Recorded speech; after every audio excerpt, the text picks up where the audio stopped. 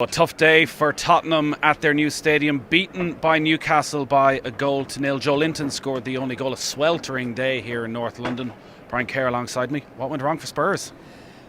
Well, I think it was more what went right for Newcastle. Any suggestions that Steve Bruce wasn't affecting these players or this club or doing his work on the training ground goes out the window when you look at that performance today, Nathan. They played very, very well drilled, disciplined, organised, stayed on their feet, didn't give away free kicks when they were under so much pressure. Spurs had 80% possession, I think 4 times as many passes as Newcastle, but they couldn't score, couldn't break them down. And it's not like they created a load of chances. They didn't, no. They had probably a half chance for Son in the first half from a narrow angle, got his shot away, and good save by Dubravka. Other than that, one chance in the second half laid on for Harry Kane. He miskicked it, and that was really it. But they should have had a penalty, mind you. But Newcastle probably created 3 or 4 clear-cut chances. Longstaff in the first half, and the goal scorer, of course, had another chance in the second half, clear-cut chance, and heavy touch went away from him, and then he went down in a heap. But Newcastle played very well and deserved to win. Spurs missing a few players, still haven't got Ali into the picture. Ndombele is out injured. Ndombele out injured as well. Sessegnon hasn't played a part yet. Lo Celso was on the bench. And, Eriksen didn't start for whatever reason, which the manager might clear up later. Did the last 20-30 minutes when he came on show that even if it means him leaving on a free transfer next summer, they have to keep him?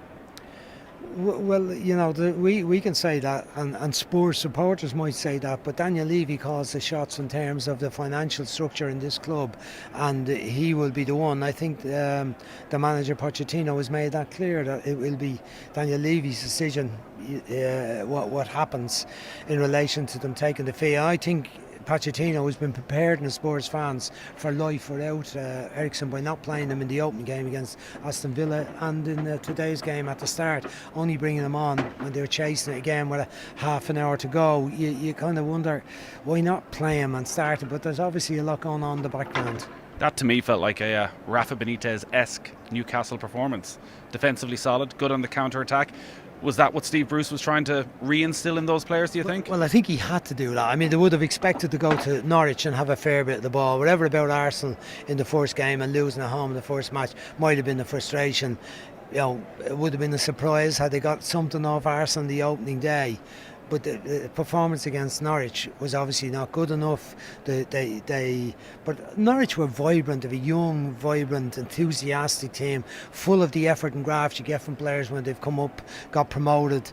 And the manager's had faith. He's not changed many of the players or brought in new many. But Newcastle were a failure in the match and failed to get up and support the front man. So that would have been a huge disappointment to supporters. And then you have another away game. So you had to do something. And he came up with a plan today. If they concede the first goal, then you're in trouble with that plan. But they didn't. They stuck in, they dug in, didn't do much in the first 20 minutes of the game, broke out, got the goal, and then they had a platform to build on. There's something to hold on to. They dug in, they got confidence that went on. And Spurs, the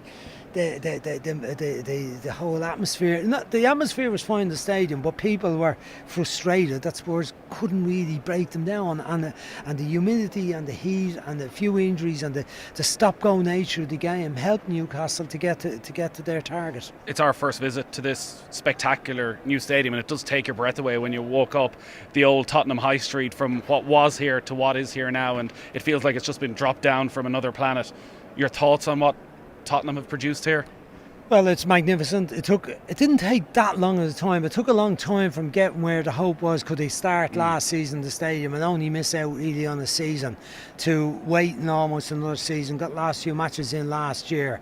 But the turnover wasn't really that big when you think about it. They managed to finish off the season a couple of seasons ago in White Hart Lane. Was it 2 full seasons ago? And then the building started straight away. I was at the last match that day, and they would already started breaking down the back of the goal before we left the stadium that night. But anyway, they have completed the job. Magnificent stadium.